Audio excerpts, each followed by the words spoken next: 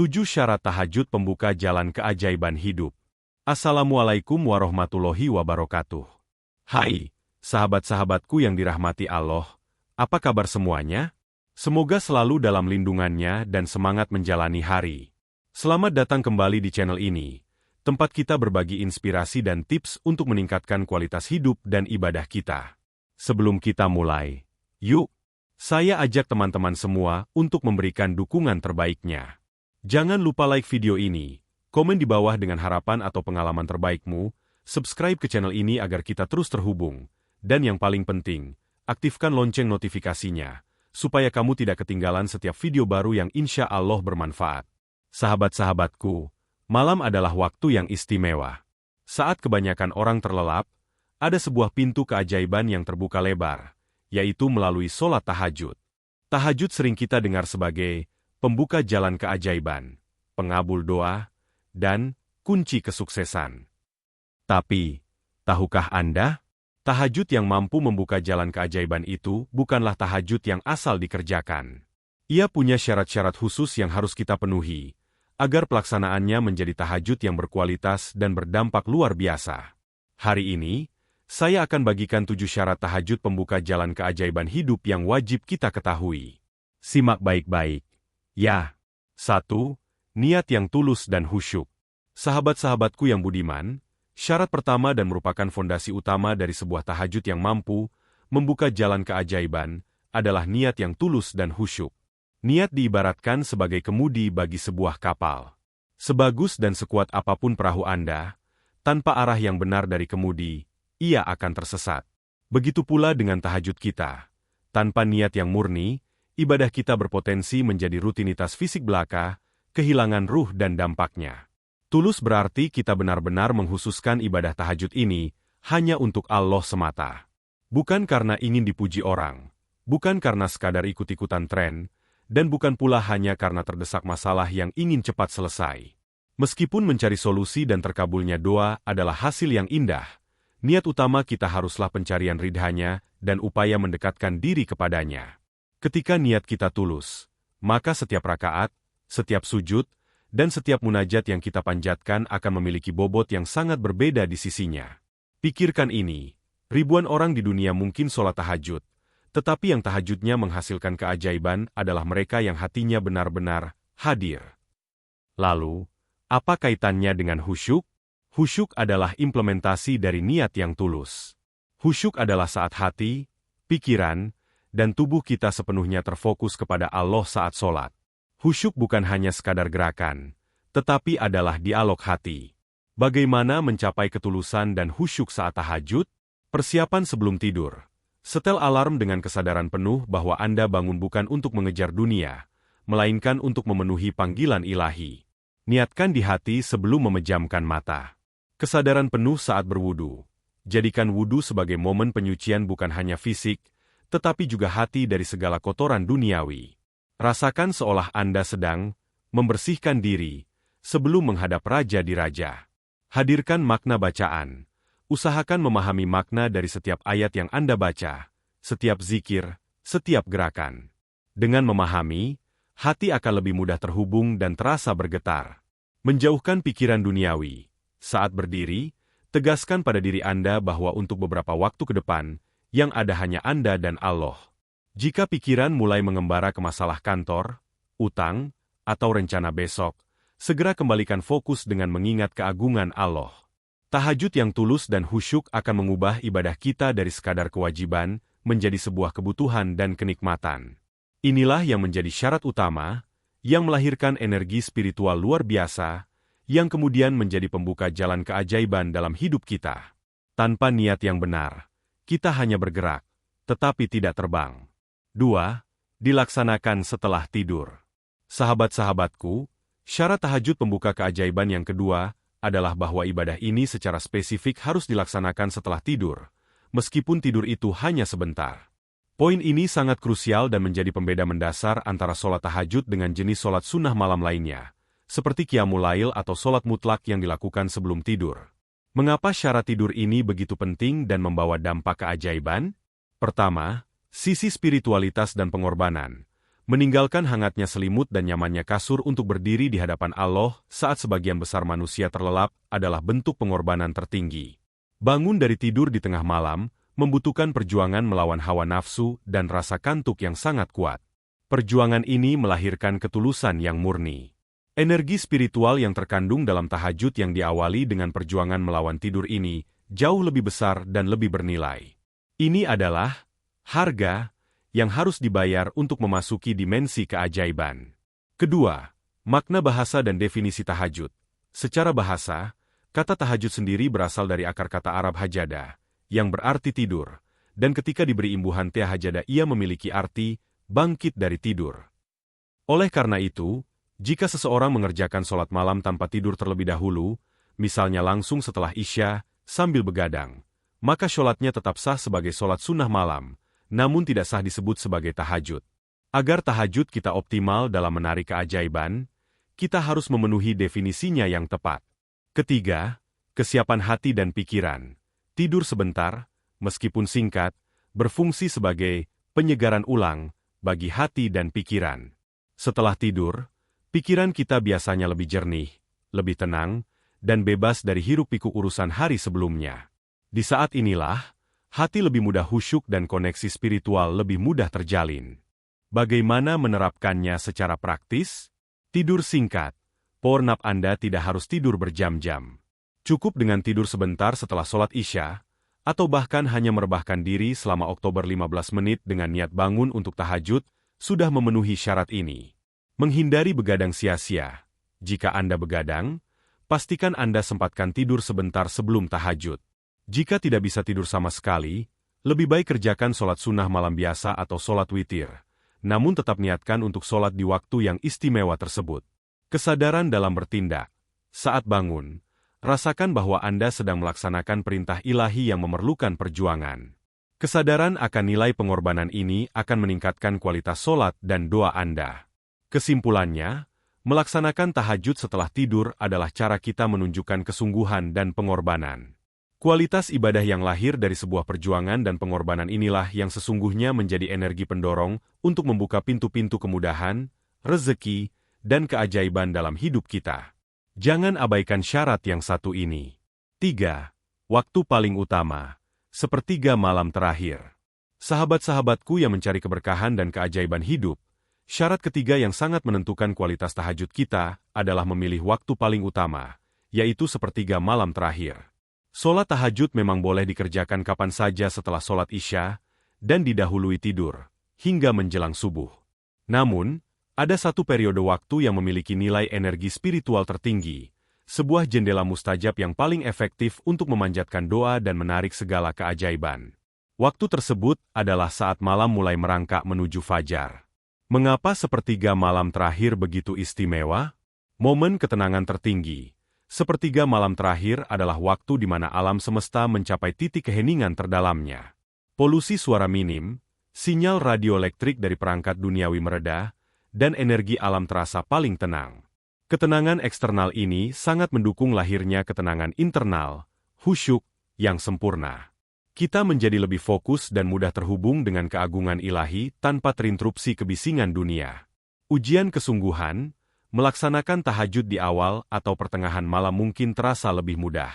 Namun, memaksa diri bangun di sepertiga malam terakhir, saat kita berada dalam fase tidur nyenyak terberat, menunjukkan kesungguhan dan pengorbanan yang maksimal. Upaya keras inilah yang dinilai tinggi, sebab kita memprioritaskan panggilan Allah di atas kebutuhan fisik yang paling dasar. Waktu turunnya energi positif. Waktu ini dipercaya sebagai saat di mana rahmat dan energi positif Allah turun ke langit dunia, menciptakan momen di mana permohonan, penyesalan, dan harapan hambanya diterima secara istimewa. Ini adalah waktu di mana janji pengabulan doa dan pengampunan dosa diserukan, sebuah kesempatan emas yang hanya diberikan kepada hamba-hamba pilihan yang rela meninggalkan kenyamanan tidur. Cara praktis menghitung waktu mustajab. Untuk memanfaatkan waktu ini secara optimal, hitunglah jeda waktu dari selesainya sholat Isya hingga masuknya waktu subuh. Sepertiga pertama, kurang mustajab dari Isya, hingga pukul 22.00-23.00. Sepertiga kedua, cukup mustajab dari 22.00-23.00 hingga 00.30-01.30. Sepertiga terakhir, paling mustajab dimulai sekitar pukul 00.30-01.30 hingga menjelang fajar. Waktu paling ideal untuk tahajud dan munajat biasanya adalah 1 atau 1,5 jam sebelum subuh. Tahajud di waktu ini bukan sekadar sholat, melainkan pertemuan spiritual yang disiapkan khusus bagi hamba-hamba yang memiliki kerinduan mendalam.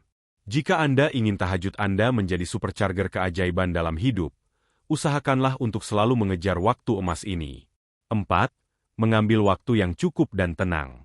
Poin keempat dari syarat tahajud pembuka keajaiban adalah mengambil waktu yang cukup dan tenang.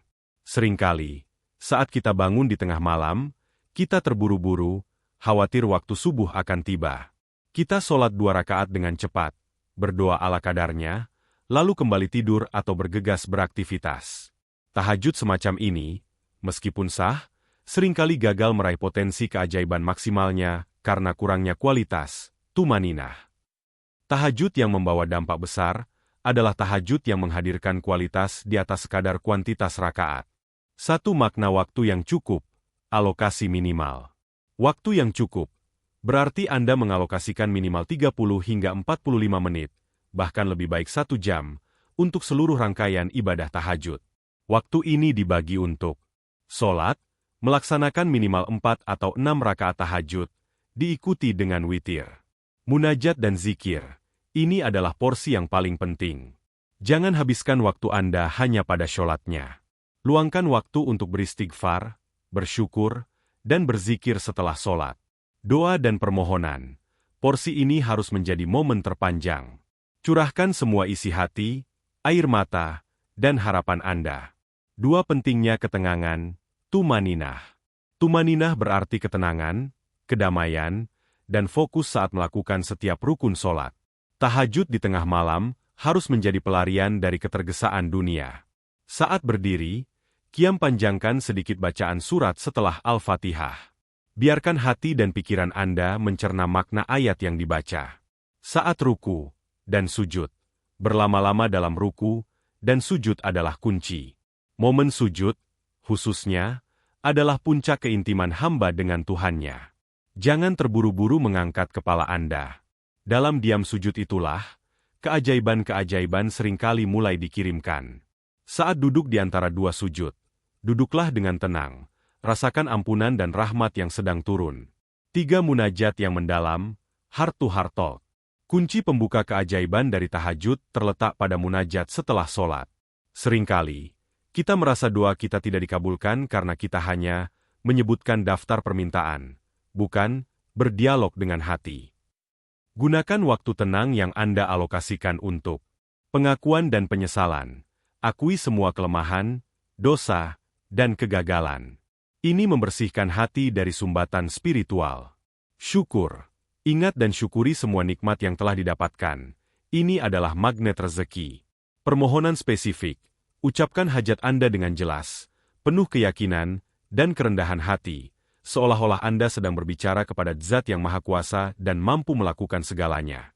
Dengan tahajud yang dikerjakan dengan cukup waktu dan ketenangan, kita tidak hanya melaksanakan ibadah, tetapi juga membangun kembali mental dan spiritual kita untuk menerima keajaiban hidup. 5. Menjaga kebersihan diri dan tempat.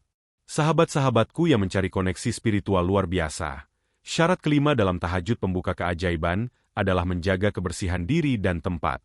Syarat ini mungkin terlihat sepele dan bersifat teknis, tetapi ia memiliki makna filosofis dan spiritual yang sangat mendalam, yang menentukan kualitas dari pertemuan kita dengan Sang Pencipta. Tahajud adalah waktu di mana kita bertemu dengan Allah dalam keheningan. Layaknya tamu agung yang akan menemui seorang raja, kita harus tampil dalam kondisi terbaik sebagai bentuk penghormatan dan pengagungan. Kebersihan dan kesucian di sini tidak hanya berkaitan dengan sah atau tidaknya sholat, tetapi lebih kepada sikap mental dan kualitas kehadiran hati kita. 1. Kebersihan diri, fisik dan spiritual. Wudu yang sempurna. Wudu adalah gerbang menuju kesucian. Saat mengambil air wudu, rasakanlah bahwa air tersebut tidak hanya membersihkan debu, tetapi juga membasuh dan mengugurkan dosa-dosa kecil dari anggota tubuh. Wudu yang sempurna di tengah malam yang dingin adalah tindakan penempaan diri yang luar biasa. Pakaian terbaik. Kenakan pakaian yang bersih, menutup aurat dengan sempurna, dan Jika memungkinkan, gunakan pakaian khusus yang nyaman dan presentable, seolah-olah Anda sedang mempersiapkan diri untuk acara paling penting dalam hidup. Pakaian yang bersih memberikan rasa hormat dan membantu menaikkan mood ibadah. Aura positif. Setelah bangun tidur dan berwudu, diri kita memancarkan aura kesegaran dan kesucian. Energi positif ini sangat mendukung fokus dan kehusyukan, menjauhkan kita dari rasa malas yang disebabkan oleh sisa-sisa kotoran fisik dan gibah, perkataan sia-sia, dari hari sebelumnya. 2. Kebersihan tempat, lingkungan ibadah. Tempat sholat yang tenang. Pastikan tempat yang Anda gunakan bersih dari najis dan kotoran. Lebih dari itu, siapkan tempat sholat yang bebas dari gangguan visual, seperti TV yang menyala, atau tumpukan barang yang berantakan. Nuansa ketenangan. Gunakan sajadah yang nyaman dan menghadap kiblat dengan tepat. Lingkungan yang rapi dan tenang mencerminkan kerapian hati dan pikiran kita, sehingga energi keajaiban lebih mudah masuk dan diterima. Dengan menjaga kesucian diri dan tempat, kita secara tidak langsung menunjukkan keseriusan dan kerinduan kita dalam beribadah. Tahajud yang bersih dan rawa akan menciptakan saluran komunikasi spiritual yang jernih, sehingga doa kita tidak terhalang oleh kotoran duniawi, dan pintu keajaiban pun terbuka lebar. 6. Istiqomah, konsisten. Sahabat-sahabatku yang haus akan perubahan hidup, syarat keenam yang sering luput dari perhatian, namun merupakan kunci sejati dari keajaiban tahajud, adalah istiqomah atau konsistensi. Banyak orang melaksanakan tahajud dengan sangat berapi-api selama 1 atau 2 malam, tetapi kemudian meninggalkannya karena merasa berat. Tahajud yang berkualitas bukanlah tentang intensitas yang meledak-ledak sesekali, melainkan tentang kesinambungan yang lembut namun tak terputus. 1. Mengapa konsistensi mengundang keajaiban? Membangun jembatan spiritual. Istiqomah ibarat membangun sebuah jembatan antara hati kita dan langit. Setiap malam kita sholat, kita meletakkan satu balok jembatan. Jika kita berhenti, jembatan itu akan lapuk. Konsistensi memastikan jembatan komunikasi spiritual ini selalu kokoh dan terawat. Allah mencintai amal yang dilakukan secara terus-menerus, meskipun jumlahnya sedikit. Melawan hawa nafsu. Istiqomah dalam tahajud adalah bukti nyata dari kedisiplinan diri dan kemampuan kita mengalahkan hawa nafsu. Tahajud yang konsisten melatih jiwa kita untuk selalu tunduk kepada panggilan yang lebih tinggi. Kualitas karakter inilah yang akan menarik keajaiban, sebab Allah menjanjikan kemudahan bagi hambanya yang bersungguh-sungguh dan konsisten dalam mendekatinya. Menciptakan energi kebaikan. Tahajud yang rutin menciptakan gelombang energi positif di sekitar kita. Seiring waktu, energi ini akan membersihkan aura kita, mengubah cara pandang kita terhadap masalah, dan secara perlahan menarik rezeki, kesehatan, dan solusi ke dalam hidup kita, bahkan tanpa kita sadari. 2 kunci praktis untuk istiqomah. Mulai dari yang sederhana, jangan memaksakan diri langsung 8 rakaat. Mulailah dengan 2 rakaat tahajud dan 1 rakaat witir. Lakukan ini setiap malam, tanpa terkecuali. Setelah ini menjadi ringan, barulah tingkatkan jumlahnya perlahan-lahan. Jadikan kebiasaan, rutin maker pasang alarm yang sama, lakukan rutinitas yang sama, wudu, sholat, doa. Otak dan tubuh kita akan terbiasa dengan rutinitas ini, sehingga lama-kelamaan tahajud akan terasa lebih mudah daripada meninggalkannya. Ikhlaskan keterlambatan. Jika suatu malam Anda sangat lelah dan terbangun mendekati subuh, jangan lewatkan sepenuhnya. Lakukan saja 2 rakaat secepat dan sebaik mungkin, dan berdoalah. Jangan biarkan satu kegagalan membatalkan istiqomah Anda. Ingatlah, keajaiban adalah buah dari kesabaran dan ketekunan. Tahajud yang konsisten, sekecil apapun, akan menjadi sumur spiritual yang tak pernah kering dan selalu siap menjadi magnet untuk keajaiban dalam hidup Anda. 7. Memperpanjang munajat dan doa. Sahabat-sahabatku yang luar biasa, kita telah sampai pada syarat tahajud yang ke-7, dan ini adalah puncak dari seluruh rangkaian ibadah, memperpanjang munajat dan doa. Seringkali, orang mengira tahajud selesai setelah salam. Padahal, justru setelah sholat inilah, panggung utama untuk menarik keajaiban baru dimulai. Tahajud adalah waktu yang dijanjikan sebagai momen paling mustajab untuk terkabulnya permohonan. Namun, janji ini hanya terwujud jika kita memanfaatkannya dengan benar, yaitu dengan memperpanjang waktu berdiam diri dan berbicara dari hati ke hati, munajat, dengan Sang Pencipta. 1. Mengapa munajat harus diperpanjang? Pembersihan spiritual. Munajat adalah sesi terapi jiwa yang gratis. Saat Anda berzikir, beristighfar, dan merenung dalam diam, Anda sedang membersihkan kotoran hati dan pikiran yang menumpuk seharian. Hati yang bersih adalah wadah yang siap diisi dengan rahmat dan keajaiban. Membangun kedekatan emosional. Doa yang panjang bukan sekadar daftar permintaan, tetapi adalah dialog. Bayangkan Anda bercerita kepada sahabat paling dekat, menumpahkan segala keluh kesah, rasa syukur, ketakutan, dan harapan. Semakin lama dan mendalam dialog tersebut, semakin kuat ikatan emosional Anda, dan semakin besar keyakinan bahwa doa Anda didengar dan pasti dijawab. Aktivasi energi keyakinan. Meluangkan waktu khusus untuk doa menumbuhkan keyakinan, iman, yang teguh. Saat Anda berulang kali menyebutkan hajat Anda dengan penuh harap di tengah malam, Anda memprogram ulang pikiran bawah sadar Anda dengan energi positif, sekaligus mengirimkan sinyal kuat ke semesta bahwa Anda yakin keajaiban akan datang. 2 langkah-langkah praktis munajat yang mendalam. Zikir dan istighfar pembuka. Setelah salam, jangan langsung berdoa. Mulailah dengan beristighfar, memohon ampunan, secara berulang kali, diikuti dengan puji-pujian kepada Allah. Ini adalah pemanasan spiritual untuk menyucikan mulut dan hati Anda. Fase syukur, magnet rezeki sebelum meminta. Luangkan waktu untuk bersyukur atas semua yang telah dimiliki, kesehatan, keluarga, pekerjaan, bahkan masalah yang membuat Anda sadar. Rasa syukur adalah magnet terkuat untuk menarik rezeki dan keajaiban yang lebih besar. Curahkan isi hati, bukan hanya daftar saat berdoa. Hindari hanya membaca teks doa tanpa penghayatan. Bicaralah dari hati. Ungkapkan kesulitan Anda dengan jujur. Sebutkan impian Anda dengan semangat. Menangislah jika itu melegakan hati Anda. Karena air mata di malam tahajud memiliki nilai yang tak terhingga. Sikap tubuh yang rendah hati. Sempurnakan munajat dengan duduk tenang, menadahkan tangan dengan penuh harap, atau bahkan sujud lama saat berdoa. Sujud doa menunjukkan kerendahan hati dan kepasrahan total kepada kehendaknya. Tahajud yang berujung pada munajat yang panjang dan mendalam adalah tahajud yang transformatif. Ia mengubah tahajud dari sekadar solat menjadi sebuah laboratorium spiritual, di mana keajaiban hidup Anda mulai diciptakan dan ditarik masuk ke dalam kenyataan. Jadikan munajat sebagai waktu terbaik Anda, dan saksikanlah bagaimana keajaiban-keajaiban itu mulai terwujud. Nah, sahabat-sahabat, itulah 7 syarat tahajud pembuka jalan keajaiban hidup. Saya harap setelah menonton video ini, kita semua bisa memperbaiki dan meningkatkan kualitas tahajud kita. Tahajud adalah hadiah. Ia adalah kesempatan emas untuk berbisik di waktu yang paling hening dan didengar oleh Yang Maha Mendengar. Mulai malam ini, mari kita praktekkan ke-7 syarat ini. Insya Allah, kita akan menyaksikan perubahan dan keajaiban yang nyata dalam hidup kita, baik dalam urusan dunia maupun akhirat. Tulis di kolom komentar. Mulai kapan kamu akan memperbaiki tahajudmu? Saya tunggu ceritamu. Terima kasih banyak sudah menonton sampai akhir. Sampai jumpa di video selanjutnya. Wassalamualaikum warahmatullahi wabarakatuh.